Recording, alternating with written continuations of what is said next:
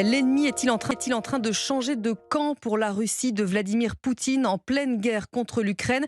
Moscou perd un allié précieux.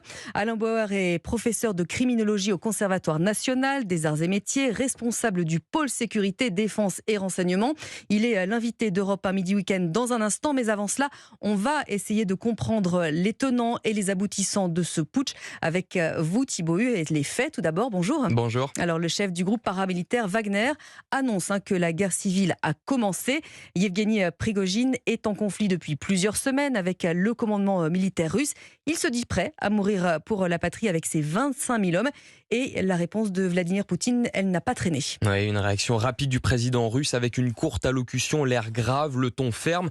Un discours à la nation pour rassurer, écarter la perspective d'une guerre civile et surtout présenter Yevgeny Prigojine, le chef du groupe paramilitaire Wagner, comme un terroriste. Il dénonce une attaque qui ne restera pas impunie.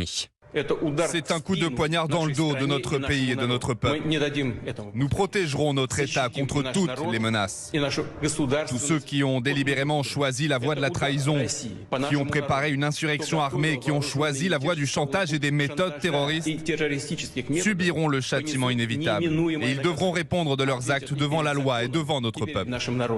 Vladimir Poutine a aussi échangé ce matin au téléphone avec son plus proche allié, le président bélarusse Alexandre Loukachenko. Le parquet russe a lui ouvert une enquête et des perquisitions sont en cours à Saint-Pétersbourg, au siège du groupe Wagner. Et alors Thibaut, il y a eu beaucoup d'évolutions au cours de la nuit. Où en est l'avancée de Wagner là maintenant? Alors à l'heure où on parle, la milice contrôle plusieurs bases militaires et la ville de Rostov, une ville stratégique à l'ouest de la Russie, le centre névralgique des opérations en Ukraine. C'est en tout cas ce qu'a annoncé Yevgeny Prigojine dans une vidéo diffusée sur Telegram. Les sites militaires de Rostov sont sous contrôle, y compris l'aérodrome. Les avions militaires engagés dans l'offensive russe en Ukraine partent normalement pour remplir leur tâche de combat. Il n'y a aucun problème. Le principal point de commandement fonctionne très bien.